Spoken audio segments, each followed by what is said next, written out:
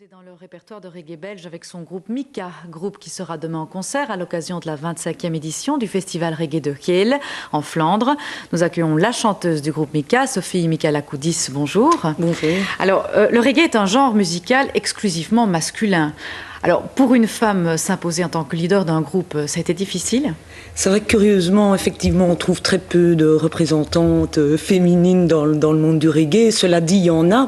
Je pense qu'il y en a là où le reggae est plus répandu, c'est-à-dire en France, en Hollande ou en Allemagne, et qu'effectivement en Belgique, il y en a très peu.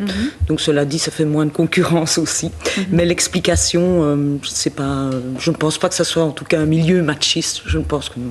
Alors, ça fait de nombreuses années que vous baignez dans le reggae, qu'il fait partie de votre vie. Est-ce que pour vous aussi, le roi du reggae, Bob Marley, a été un élément déclencheur ? Mais je pense que quand on découvre le reggae, forcément on passe par Bob Marley, puisque c'est lui qui a internationalisé le reggae. Mais donc c'est la porte d'entrée, et après ça il y a des tas d'autres artistes évidemment qui en découlent. Pour ma part, Bob Marley, je l'ai découvert à l'adolescence, mais c'est vraiment des groupes comme Black Uhuru qui m'ont beaucoup plus inspiré et impressionné, je dirais. C'est une histoire de famille pour vous, le reggae aussi ? Mais c'est vrai que ça l'est, oui, ça l'est, puisque bon, il y a eu mes sœurs au départ, ma sœur aînée qui était très influencée aussi par le reggae, et en fait qui ont également participé à ma formation. Et actuellement je travaille avec mon mari qui est compositeur et arrangeur, bassiste dans le groupe, donc c'est bien, comme ça c'est l'unité. Alors demain vous serez donc en concert au festival de reggae de Kiel. Voyons ce que ça donne lorsque Mika est en concert. Voilà un extrait d'un de vos concerts. Running again to earn some money, to live a comfortable life, life.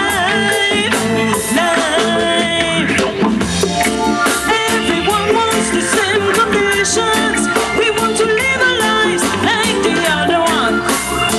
Everyone is waiting, hoping, longing, waiting for a change. We're waiting for the same. We're waiting.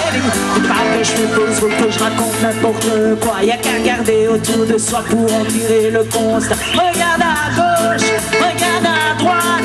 Partout ailleurs c'est le même débat, les mêmes constats, les mêmes dégâts. Tout le monde est en quête du bonheur suprême, à la conquête de l'amour éternel. Voilà, alors certains disent que le reggae s'est dépassé, mais quand on vous voit sur scène, on voit qu'il a évolué et qu'il est toujours d'actualité. Et il est toujours en train d'évoluer, puisque je pense, vous venez de parler de Bob Marley, mais je crois qu'il ne faut pas en rester à Bob Marley. Les choses ont évolué, le reggae a des tas de facettes, il y a le dub, il y a le raga, et il suffit d'aller voir dans les hauts lieux de concerts à Bruxelles le nombre de jeunes qui sont présents lors de concerts de reggae. C'est assez étonnant, donc c'est une musique qui est en perpétuelle évolution, je pense.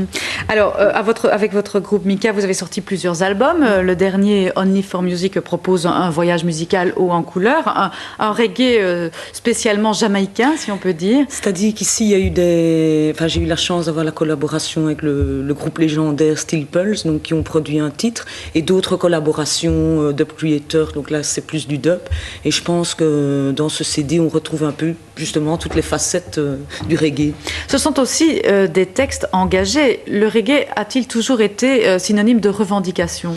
Tout à fait, contrairement aux stéréotypes cocotiers, c'est pas du tout ça le reggae. Il y a un contenu social, il y a des revendications, des rébellions.